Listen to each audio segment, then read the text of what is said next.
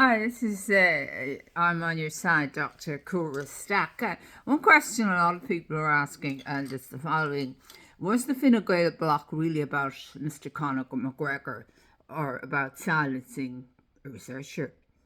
Let's dig into this. A lot of people think, each of the people think it was them that was silenced, and they're harmed. Like their health and safety has been affected, by the block, because they feel they've been made to feel really bad by the system, as if they weren't good enough. And some of them are extremely, very good businessmen and very high level researchers and stuff like that. That wouldn't, would put some of these politicians in a mediocre place. Now, I don't mean that in a pejorative sense, but I suppose when you're subjected to this kind of intimidation and tactics, you would regard people who would engage in these tactics as, less than moral or ethical.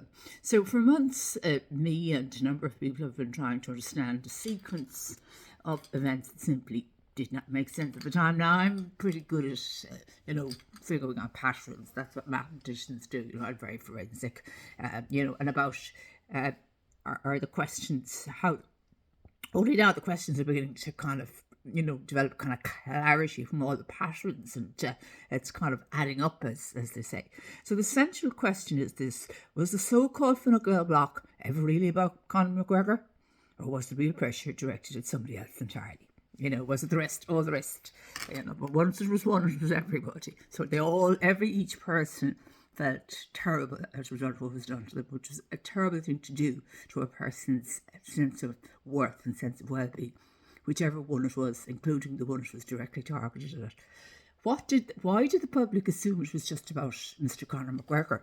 Well, because he's famous, very wealthy, high profile, and easy to attach to a story. Was he a convenient public focal point? Was his name simply the surface explanation that made sense to the public?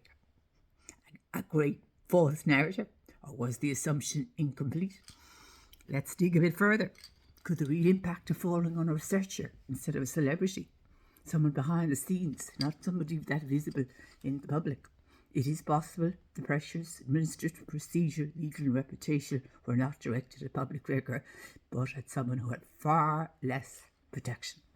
Could this person have been, for example, myself, me, an academic, a researcher, a person who submitted detailed government analysis and protective disclosures? As a researcher working on material of a whistleblower nature at one point in my career, was I treated or regarded as a whistleblower by the system? There's a question. My work examined issues such as government submission, policy gaps and institutional accountability. Now, I studied this work between 2014 and 2018 or longer. But although I approached this period as an academic scholar, which was sort of originated from asking myself what was an act of omission in law, the nature of the silence were absolutely, I didn't realise at the time, they were absolutely legal. They may have positioned me in the perception of institutions as a whistleblower, and all I was a researcher. Even without the formal designation, patterns and treatments I experienced for months and years resemble those often reported by individuals who raise inconvenient or sensitive information. Of course, at the time, I didn't realise how explosive my findings were, because I started from a blank page and just kept following my, the next thing. What does this mean? What does this mean? What was this mean? And then a huge paper came out, and of course, it did expose widespread acts of omission in the implementation of almost every internal disclosures policy. Now, I believe myself, most bodies weren't aware of the amount of omissions, that this was done by solicitors behind the scenes, maybe with a couple of key senior management, and then everybody kind of copied and pasted. So I'm not alleging that all these bodies were willfully engaging in unlawful behaviour, but consequently they were, because the internal disclosures were full of alleged acts of omission. So this is not. So this is really where it all stands from. And this was explosive. This was an explosive paper, and I just didn't realise at the time. But I realise it now because of the treatment I've received from many agencies and government agencies, which are clear now of a whistleblowing retaliation nature. So let's see what the worst of them was. Well, was there any one worse than the other? This is not a claim, it's simply a question. Did the system react to the content of my research rather than to me as a person? Could my 2014, which was presented to the government around 2020, research paper have triggered reactions nobody recognised at the time, in particular myself?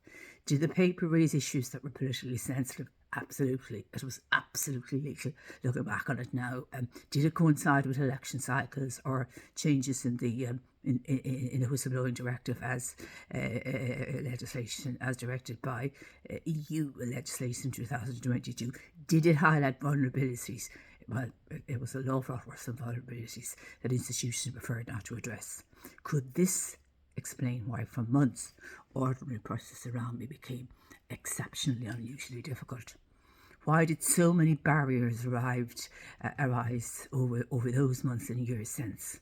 Why did court dates repeatedly collapse? Why were hearings impossible to progress? Why did newspaper publish narratives that could not answer recently? The Irish Times, the RTE, the Journal, all these papers, even Euronews. Why were costs awarded against me despite being unrepresented and in giving excellent information in the public interest? Why did basic administrative processes break down?